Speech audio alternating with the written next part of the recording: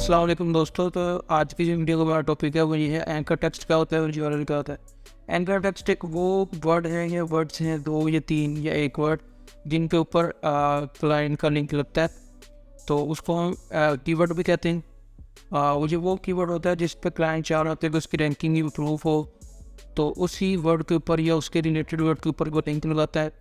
तो वो जो लिंक लगता है वो हम फिर उस आर्टिकल को हम आगे साइट ऑनर को सेंड करते हैं पब्लिशिंग के लिए। तो अब मैं आप लोगों को बताऊंगा एंकर टेक्स्ट और यूआरएल असल में होता क्या।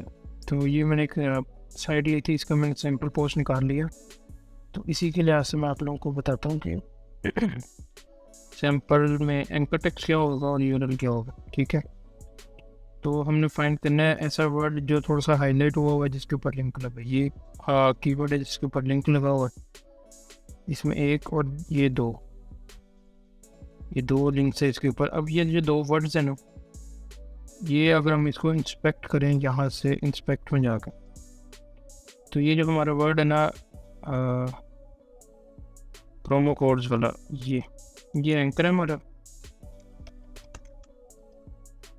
ठीक है, और इसके ऊपर जो यूआरएल है वो ये, यहाँ से भी मैं इसको आपको कॉपी करके दिखा देता हूँ। तो ये इसका यूआरएल है। ठीक हो गया। अगर एक आर्टिकल में क्लाइंट ने 2 दिए, अच्छा, तो सेकंड वाला है वो जी फैशन ट्रेंड्स। इस तरह भी आप डायरेक्ट भी कॉपी कर सकते हैं इसको।